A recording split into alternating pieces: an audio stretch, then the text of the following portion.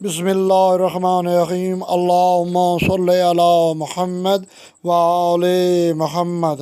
آج کا ہمارا سبق ہے حکمت نمبر 95 ٹو حکمت نمبر 99۔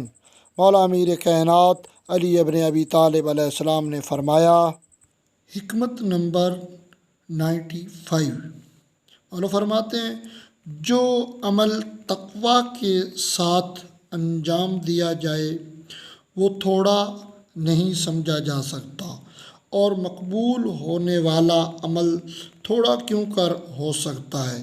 حکمت نمبر 96، مولا امیر کائنات فرماتے ہیں انبیاء سے زیادہ خصوصیت ان لوگوں کو حاصل ہوتی ہے کہ جو ان کی لائی ہوئی چیزوں کو زیادہ علم رکھتے ہوں۔ پھر آپ نے اس آیت کی تلاوت فرمائی، ابراہیم سے زیادہ خصوصیت ان لوگوں کو تھی جو ان کے فرما بردار تھے، اور اب اس نبی اور ایمان لانے والوں کی خصوصیت ہے۔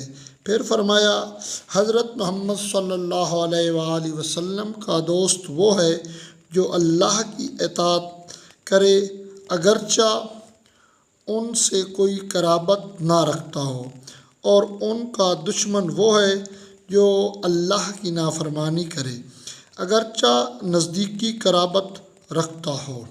حکمت نمبر 97، ایک خارجی کے متعلق آپ نے سنا کہ وہ نماز شب پڑھتا ہے اور قرآن کی تلاوت کرتا ہے، تو آپ نے فرمایا یقین کی حالت میں سونا شک کی حالت میں نماز پڑھنے سے بہتر ہے۔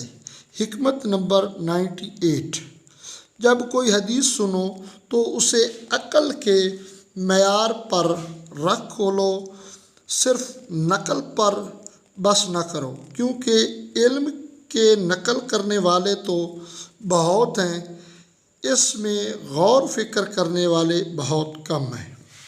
حکمت نمبر 99، ایک شخص کو ان للہ و انا الیہ راجعون، ہم اللہ کے ہیں اور ہمیں اس کی طرف پلٹنا ہے، کہتے سنا تو فرمایا کہ ہمارا یہ کہنا کہ ہم اللہ کے ہیں اس کے مالک ہونے کا اعتراف کرتے ہیں، اور کہنا کہ ہمیں اسی کی طرف پلٹنا ہے، یہ اپنے لیے فناء کا اقرار ہے۔ اللہم صلی علی محمد و آل محمد۔